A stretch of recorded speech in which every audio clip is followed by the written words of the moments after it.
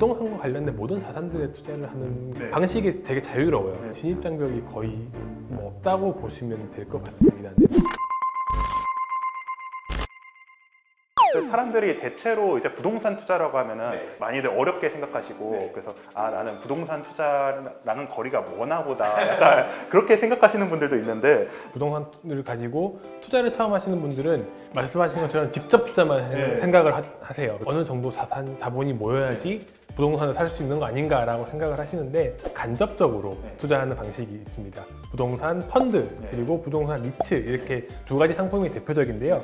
왜 일반인들이 부동산 간접 투자 상품에 익숙하지 않은가 좀 생각을 해봤어요. 일단 활성화되는 데 시간이 많이 필요했던 것 같아요. 리츠가 처음 도입된 게 2000년이거든요. 2000년. 네. 그런데 부동산 펀드는 그 이후 2004년인가 6년 이쯤에 도입이 됐어요. 근데 리츠가 도입된 게 더 빠른데도 불구하고 사람들은 리츠를 거의 몰랐던 상황인 거죠. 그러니까 관련된 이제 법인의 활성화가 되지 못했기 때문에 일반인들에게 친숙하지 않은 면이 좀 있고요. 모든 사람이 들어갈 수 있는 걸 공모라 그러고 특정 사람들에게만 오픈이 되는 것을 사모라고 할 때 부동산 펀드의 경우에는 사모 방식이 대부분이 이루어졌습니다. 그래서 아예 내가 들어갈 수 없는 시장으로 판단하신 경우가 많았죠. 부동산 펀드는 말 그대로 이제 금융 상품이에요. 하나의 펀드가 모집돼서 부동산 상품을 사서 이것을 운용을 하고 운영하는 기간 동안에 나오는 수익을 배분을 하고 이 펀드가 종결하는 시점에 대상 자산을 매각을 하게 됩니다. 그때 나오는 시세 차익이 수익이 나면은 내가 수익을 얻고 손실이 나면은 내가 헛김을 지고 이런 식으로 이제 운영되는 상품이고요. 금융시장의 펀드랑 똑같은데 대상 자산이 부동산이다라고 생각하시면 될 것 같아요. 리츠는 조금 다른 게 하나의 회사라고 생각하시면 됩니다. 하나의 부동산 투자 회사가 부동산 또는 부동산에 관련된 모든 투자 상품에 투자를 해서 그 수익을 가지고 이제 운영을 하는 상품입니다. 간접 투자 상품이고요. 그래서 이것도 마찬가지로 다수에게 자금을 모아서 부동산을 구입하고 운영하고 관리해 나가면서 나중에 뭐 시세 차익이 발생할 수도 있고요. 그래서 설명만 들으면은 이제 부동산 펀드나 리츠나 해가지고 다들 사람들로부터 이제 돈을 모아가지고 그걸로 이제 부동산을 사서 이제 거기서 나오는 수익을 갖다 이제 나눠주는 점에서는 이제 참 똑같다고 생각했는데 혹시 이 둘의 좀 차이가 좀 어떤 게 있을까요? 우선 부동산 펀드는 제가 금융 상품이라고 말씀드렸잖아요. 그래서 관할하는 기관이 금융위원회입니다. 그리고 리츠는 부동산 투자 회사이기 때문에 국토부에서 관리를 하고 있어요. 그래서 우선 관리 감독 기관이 다르다라는 특징이 좀 있을 수 있고요. 부동산 펀드나 리츠나 둘 다 수익형 부동산을 가지고 대상 자산을 하고 있는데요. 펀드 같은 경우에는 주로 상업용 부동산이나 업무용 부동산 쪽에 임대 수익을 베이스로 이제 하는 경우가 많습니다. 그리고 일정 기간 동안 펀드를 환매를 못하는 조건들이 있는 경우가 많아요. 계획을 세워놓고 펀드 상품을 만들기 때문에 계획된 기간 동안에는 내가 환매를 못한다라는 좀 특성이 있습니다. 원하지 않지만 손실을 볼 수 있어요. 대신 이제 부동산 펀드 같은 경우는 좀 설립하기가 좀 더 쉬워요. 아무래도 금융 상품 하나의 회사보다는 상품이기 때문에 그래서 리츠보다는 부동산 펀드가 좀 활성화됐던 이유가 아무래도 펀드는 좀 만들고 하기가 쉽기 때문에 좀 더 활성화가 됐던 것 같고요.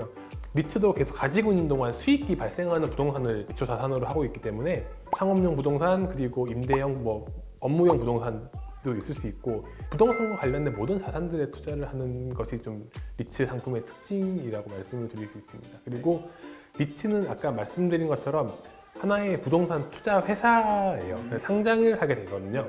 그래서 내가 주식을 사고 파는 것처럼 얼마든지 리츠를 사고 팔 수가 있습니다. 펀드는 아무래도 좀 금액도 크고 사모도 많고 그렇지만 리츠 같은 경우는 진입 장벽이 거의 없다고 보시면 될 것 같습니다. 그리고 펀드는 하나의 펀드당 하나의 투자 물건만 설정이 가능합니다. 예를 들어서 하나의 빌딩을 사는데 1펀드가 들어갔다라고 치면은 이 펀드는 그 기간이 끝나면은 없어지는 펀드.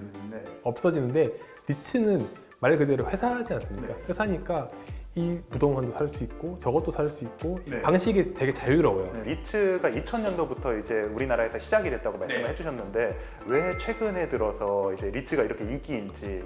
일단 리츠가 최근에 관심을 끌게 된 가장 큰 이유는 저금리 때문이었습니다. 채권이나 이런 걸 투자했을 때 수익률보다 리츠의 투자 수익률이 좀 더 높았기 때문인데요.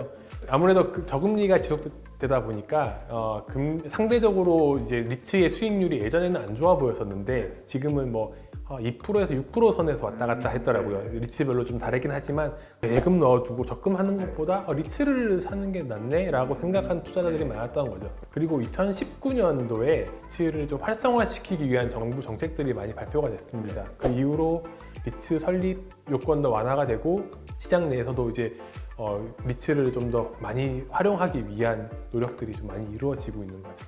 통상적으로 부동산 상품의 수익률은 주식과 채권의 중간 정도라고 판단을 합니다. 그래서 포트폴리오 구성을 하는 데 상당히 유용하다는 장점이 있거든요.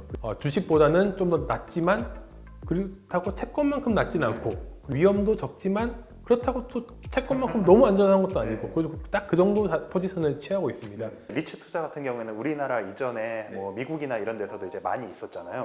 좀 다른 나라들의 좀 리츠 특징은 어떤 다른 점들이 있을지.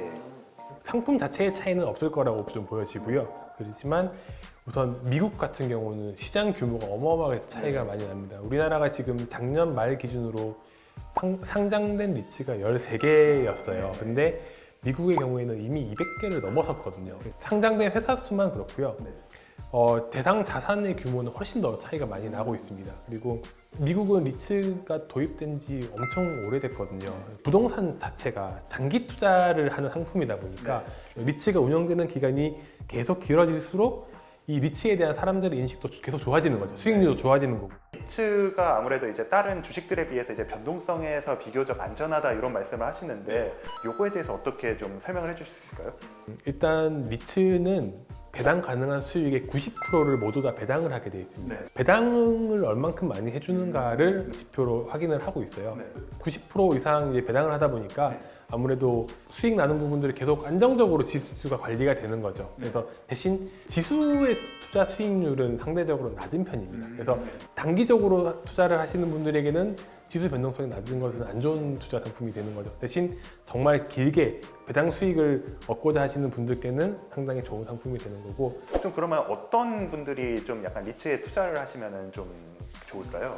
일단 내가 주식도 많이 가지고 있고 그리고 나는 정말 안정적으로 채권도 하고 있는 사람이고 보험도 있고 뭐 그렇다 그러면은 근데 조금 더 높은 수익률이 있으면 좋겠어 라고 생각하시는 분들이 직접 투자하실 금액들이 안 된다 그러면은 이제 이런 리츠를 활용함으로써 안정적인 이제 배당 수입을 얻으실 수 있는 게 첫 번째가 두 번째는 은퇴 이후 세대에서 안정적인 소득을 얻고 싶으신 분들은 리츠 투자를 좀 하시는 게 좋을 수 있어요. 리츠를 투자를 해놓고 지수가 어떻게 되든 별로 신경 안 쓰시고 나는 그냥 그 배당 소득만 받으면 돼 라고 생각해서 계속 그냥 그런 식으로 연금 형태로 투자를 하시는 분들도 있죠. 혹시 이런 리츠 투자에 있어서 좀 주의해야 할 점은 좀 어떤 게 있을까요?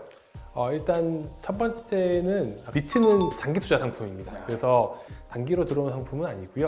그리고 이 리츠가 가지고 있는 자산이 무엇인가를 살펴보는 것이 상당히 중요합니다. 대상 자산으로 보유 자산으로 하고 있는 것이 무엇인가를 확인하고 그 다음에 적극적으로 이제 그 리츠를 좀 공부를 하신 다음에 투자를 하시는 게 좋고요. 주식이랑 리츠는 좀 수익률 지표의 차이가 있기 때문에 이런 부분들을 좀 확인해서 투자를 하시는 것이 좋을 것 같습니다.